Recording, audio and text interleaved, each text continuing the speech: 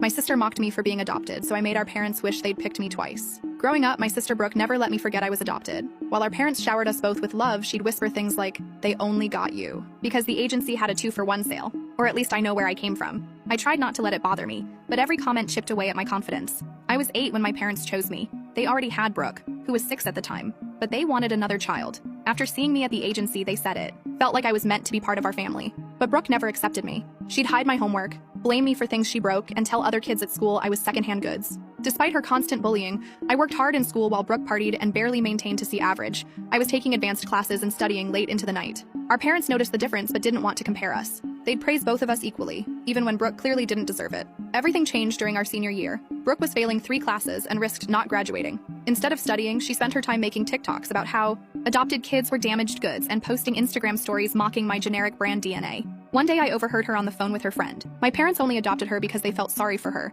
But watch when college applications come around. They'll realize blood is thicker than water. All their money is going to their real daughter's education. That was the last straw.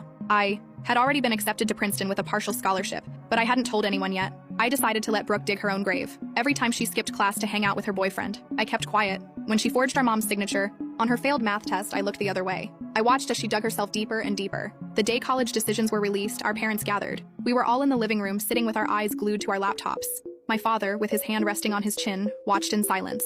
My mother, anxious, paced back and forth with her already cold cup of tea in her hands.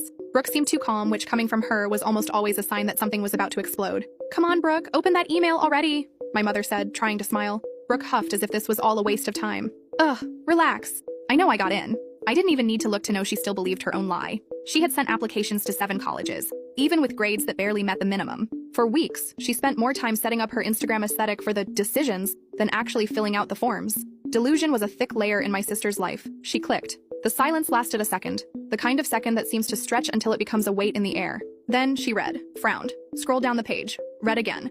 "This is a mistake," she murmured, pulling the laptop closer to her face. "Honey?" my father asked, his voice heavy with concern. "Rejected." She spat the word like it was poison. "They said my application doesn't meet the academic requirements. This is wrong. I had recommendation letters." My stomach churned, but I held back the smile that threatened to escape. It was cruel to rejoice in someone's downfall, I know, but there was something cathartic about watching her arrogance crumble, layer by layer. As if, for the first time, reality was returning everything she had spread along the way. One by one, Brooke opened the other emails. All the responses were variations of the same polite sentence. "Unfortunately, your candidacy was not selected in this cycle." She turned white as paper. For the first time in a long time, Brooke was speechless. My father cleared his throat. "Sweetheart, maybe we can look at other options. Community colleges, technical courses." "No," she interrupted him, slamming the laptop shut. "This doesn't make